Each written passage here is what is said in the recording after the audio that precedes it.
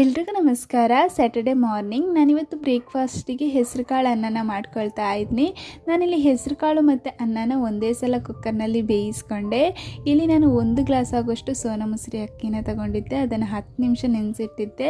ಹಾಗೆ ಇಲ್ಲಿ ಅರ್ಧ ಗ್ಲಾಸ್ ಆಗೋಷ್ಟು ಹೆಸರು ಕಾಳನ್ನು ನಿನ್ನೆ ನೈಟೇನೆ ನೆನೆಸಿಟ್ಬಿಟ್ಟಿದ್ದೆ.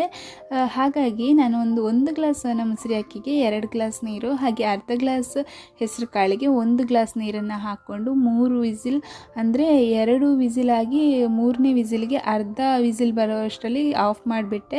ತುಂಬಾ ಪರ್ಫೆಕ್ಟಾಗಿ ಹೆಸರು ಕಾಳು ಮತ್ತು ಅನ್ನ ಕೂಡ ರೆಡಿಯಾಗಿತ್ತು. ಹಾಗೆ ಇದ್ರ ಜೊತೆಗೆ ನಾನು ಮಧ್ಯಾಹ್ನಕ್ಕಂತ ಹೇಳಿ ಮೊಟ್ಟೆ ಮಸಾಲೆನ ಮಾಡ್ಕೊಳ್ತಿದ್ದೀನಿ. ತುಂಬ ಸಿಂಪಲ್ಲಾಗಿ ಮಾಡ್ಕೊಳ್ತಾ ಇದ್ದೀನಿ, ತುಂಬ ಟೇಸ್ಟಿಯಾಗಿ ಕೂಡ ಬರುತ್ತೆ. ಹಾಗೆ ಇದರ ಫುಲ್ ವೀಡಿಯೋನ ನಾನು ಯೂಟ್ಯೂಬಲ್ಲಿ ಅಪ್ಲೋಡ್ ಮಾಡಿದ್ದೀನಿ. ನಿಮಗೇನಾದರೂ ಇಂಟ್ರೆಸ್ಟ್ ಇದ್ದರೆ ಪ್ಲೀಸ್ ವೀಡಿಯೋನ ಚೆಕ್ ಮಾಡಿ. Thank you for watching. ಮತ್ತೊಂದು ಹೊಸ ವೀಡಿಯೋದೊಂದಿಗೆ ಮತ್ತೆ ಸಿಗ್ತೀನಿ.